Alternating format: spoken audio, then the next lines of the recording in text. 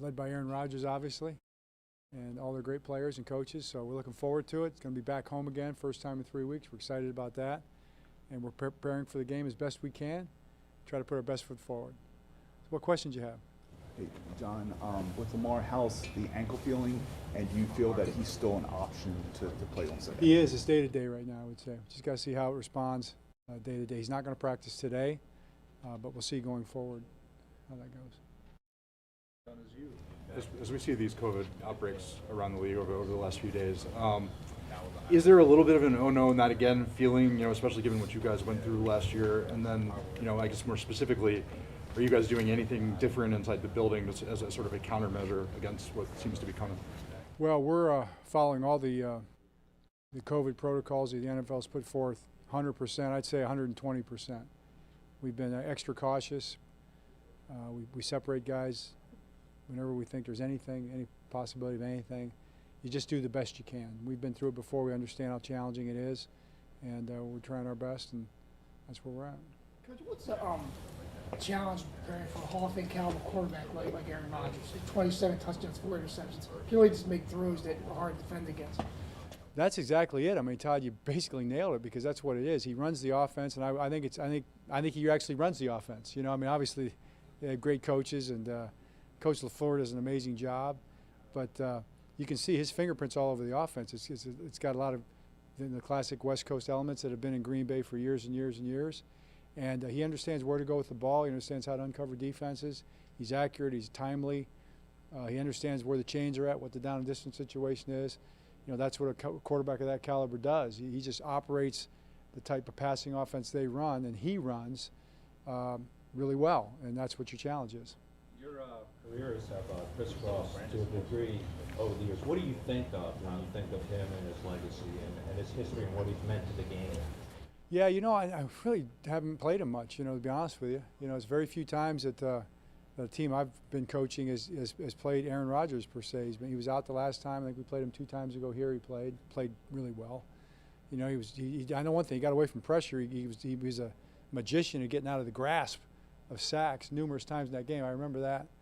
I guess I didn't go back and look at that tape from 8 years ago. That would have been impressive, but I can't claim that. But no, he's one of the best ever, no doubt about it. Simply put, one of the best ever play the game at quarterback.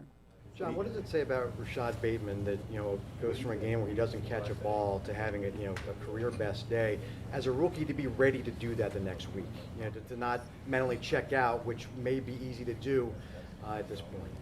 Yeah, I don't think it's easy to do, but I think because he understands, he's mature, Pete. He understands that it's week to week. You might get 12 balls thrown your way or more, or you might not. You just don't know how the game is going to play out. So you better be running every route as if the ball's coming your way. You'd hate to be running a route not that way, and all of a sudden the ball does come your way, right? Or should have come your way. So that's the challenge for receivers. That's the job of receivers. To run every route like that's the play, to block every run like that's the play, that's the block that's going to make the difference. And really, it's really true for every position.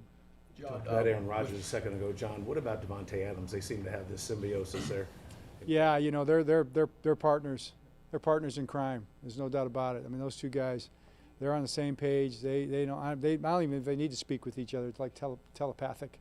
It seems like they just understand what each other's thinking at all times. And I mean, he's the big target. The other guys are very good too. They've got a lot of talent, running backs, young tight ends coming on.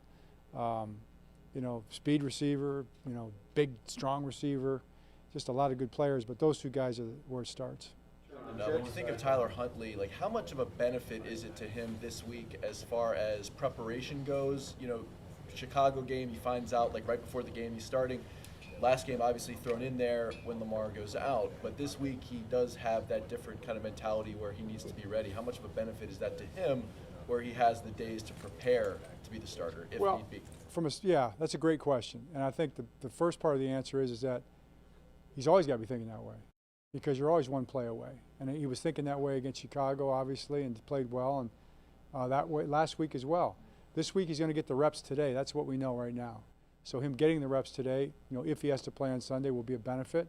And we'll see where it goes from there. He may play, he may not be playing, depending on Lamar's situation. John, the Jets announced that the Ravens are signing Josh Johnson off their practice squad. Is that an insurance policy for Jackson? And he was here a long time ago, 16, I believe it was. What does he bring you? Well, you know, I've known Josh since he played for my brother at the University of San Diego, you know, many moons ago. And that shows you what a credit is to Josh's career. You know, Bo, he's played in this league a long time, and he's very reliable. It was great having him here in 2016. He's one of the best guys to be around you ever want to be around. And whenever he's played well. So to bring him in here, I think all things considered, the potential to need him this week, the potential for the rest of the season, you know, with all the things that you're alluding to, Childs, it just makes sense to bring him in. He was excited. I got, you know, Eric and I talked about it this morning. George Kokinis walked in 15 minutes later and said he's in his car driving down here already. So that was exciting. So looking forward to seeing him. Will he be here in time for practice? Depends on traffic. John, I know it's a week-by-week process here, but with Lamar, knowing that there is an important division game against the Bengals that could possibly decide the division, how much does that factor in thinking an extra week of rest? Does that accelerate the recovery part? How much does, even looking ahead, does that factor into the decision?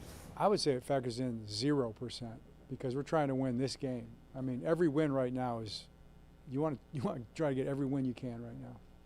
John, we've asked you a lot about Huntley, but when you think back to last summer when he first showed up, or last spring when he first showed up, was there something that struck you that said, hey, we really might have something here?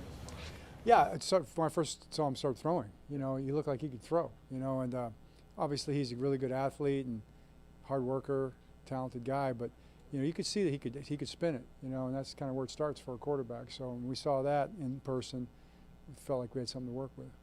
How do you think has accelerated his development in that, you know, Lamar's missed some time early in training camp, missed some practice time. How much do you think those extra reps maybe accelerated his? It did. I mean, him having all those reps to start training camp, you know, was big for him, I think, in terms of development-wise, sure. John, based on what happened in Cleveland, what's happening in Cleveland, there's no test today, the fact you guys were there, does that add to any concern? And furthermore, we know that there's been a couple guys added to the COVID list.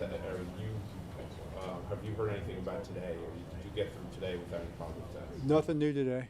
And well, I know I talked to Coach Stefanski, you know, really closely before the game, and then briefly but closely after the game. That's all I know. So what does that mean? John, bringing back Tony Jefferson too, and again, somebody you know, to get him on the. What does that? Yeah. What does he add? Thanks.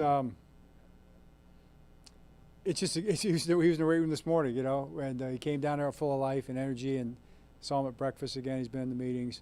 It's a great personality. He's one of our guys. Tony's one of our guys, and having him back, I think it's a good shot in the arm for all of us. And you know, he can still play. So had a heck of a workout, and we'll see how it factors in here. But I'm excited about it. All right, thanks, Coach. All right, thanks.